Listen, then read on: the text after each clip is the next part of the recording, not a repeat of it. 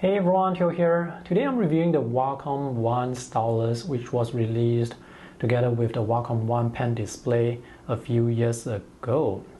The price of this pen is US $29.90 when purchased separately. The pricing of this pen is very competitive compared to other pens that use the Wacom EMR technology, such as the Staedtler Norris Digital, the Samsung S Pen, the Staedtler Norris Digital Jumbo, and the Lamy AL Star EMR pen with its big cap.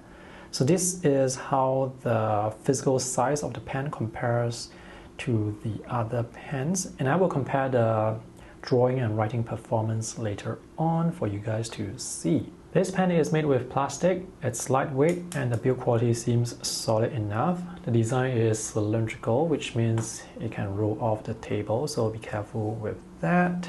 The pen is not powered by battery, so no charging is required. There is one side button here, which may be customizable depending on the app you use. The pen supports tilt, slightly over 4,000 levels of pressure sensitivity, and there is palm rejection. The plastic pen nib is firm and has minimal to no movement when writing or drawing on the glass display. This is a plastic pen nib, so it's going to be quite smooth when writing or drawing on glass. The 3 replacement pen nibs included with the purchase are also plastic pen nibs. This pen nib is slightly thicker compared to other pen nibs, which is actually good because this is easier to get a grip on when you want to replace it. It's possible to replace the plastic nib with one that has a soft nib like the one that I have here. But you can see this nib is actually not easy to remove because the tip is quite small. Oops, yeah. I always have the fear of clipping this thing off and the nib will be stuck inside. This is a challenge to remove. Time for some line tests.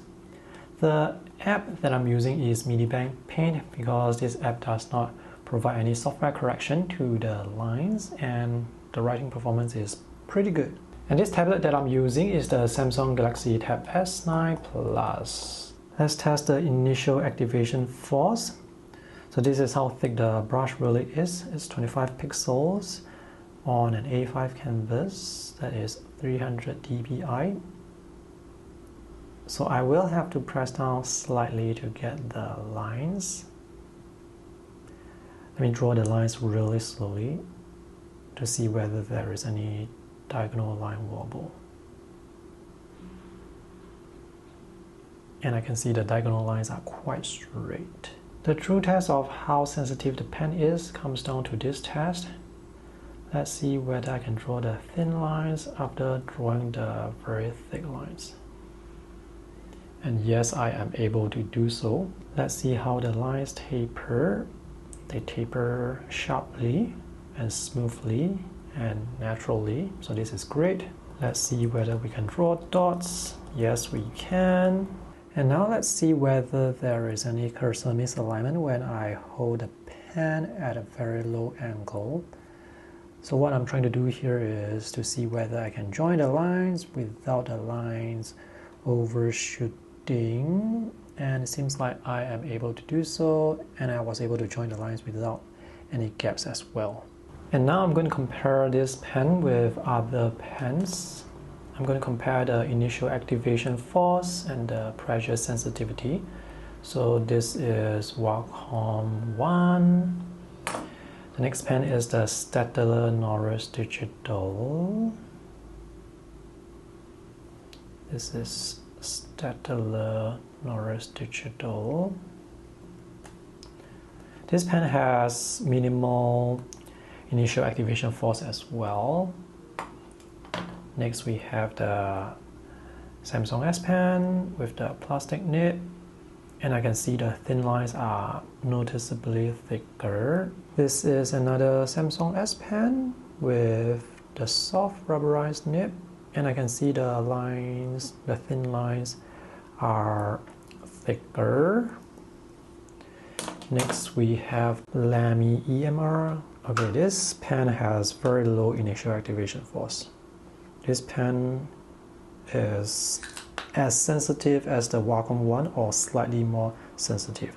So that was the Lamy, and this is the Staedtler Norris Digital Jumbo.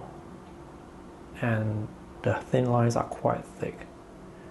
Maybe my pen is damaged because this performance is not that great.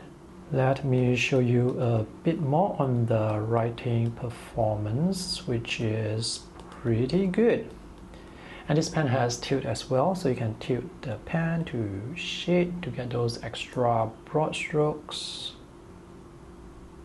Another thing you should consider is whether the pen has any side buttons, because the side button may be customizable with certain drawing apps to give you shortcuts. So with the Wacom One, there is one side button. With the Staedtler Norris Digital, there is no side button. With the Staedtler Norris Digital Jumbo, there is an eraser at the back, but no side button. With the Samsung S Pen, there is one side button, no eraser at the back. And with the Lamy AL Star EMR pen, there is one side button, but no eraser at the back. Alright, to conclude, this pen looks good, has good drawing performance, and is not expensive, so it's really worth the money. If you have intention to buy this pen, consider using the affiliate links that I have for you in the video description below to support my YouTube channel so that I can make more reviews like the one you have just watched. See you guys in the next video. Bye!